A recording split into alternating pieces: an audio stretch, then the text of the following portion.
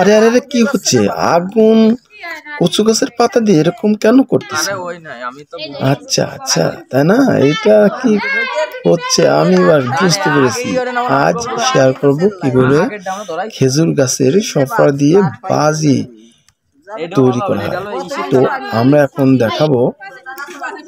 প্রথমে আমরা কি করলাম, কিছু খেজুর গাছের যে সফরা বা নারকেল গাছের সফরা, এটা আগুন দিয়ে জ্বালাতে হবে এবং পুরোপুরি আগুন দিয়ে পোড়ানোর পর যখন অবশিষ্ট ছাই পড়ে থাকবে, ওইটা জুতা চ্যান্ডেল বা অন্য কোনো কিছু দিয়ে একদম নিভিয়ে দিতে হবে। তার আগে যে কাজটা করতে হবে, মানকচুর পাতা ফুটো ফুটো করে রাখতে হবে দুইটা। এই যে আমরা দেখুন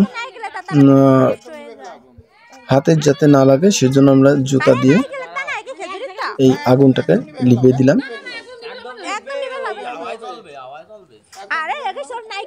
আমরা অনেক মজা করেছি, তোমরা ট্রাই করতে পারো, অনেক সহজ।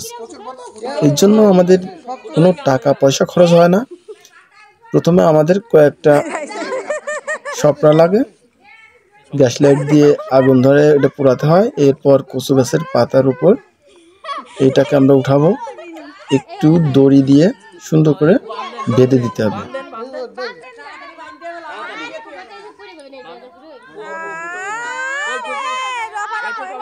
খেয়াল রাখতে হবে কোনো রকম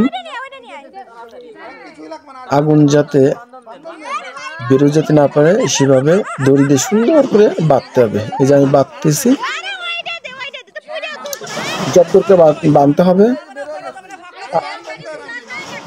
একটা বিষয় মনে রাখতে হবে, এইটা মাথার উপরে ঘোরাতে হয়, তো এটা ঘোরাতে বেশ একটু কষ্ট হয়।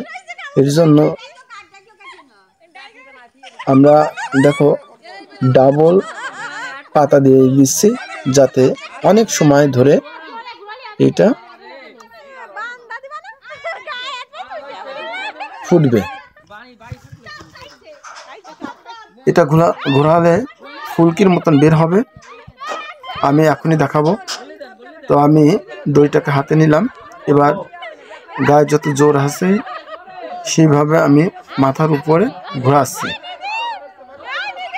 কিছুক্ষণের মধ্যেই কিন্তু চমৎকার একটা ফুলকি বেরোচ্ছে। হ্যাঁ, এই শুরু হয়ে গেল। ওয়াও, কি মজা না, কি সুন্দর দেখা যাচ্ছে। তবে একটা বিষয় আমাদের খেয়াল করতে হবে, যত রাত হবে অর্থাৎ অন্ধকার হবে তত ভালো লাগবে। আমাদের পিছনে দেখা যাচ্ছে আমরা বাড়ির উঠানে করতেছি, তো বাড়ির লাইটগুলো জ্বালানো আছে। আমি আরেকটা করে দেখাবো, সেটা এই লাইটটা বন্ধ করে দেবো, ঠিক আছে? তো এই দেখো কত সুন্দর দেখা যাচ্ছে, দেখতে থাকো।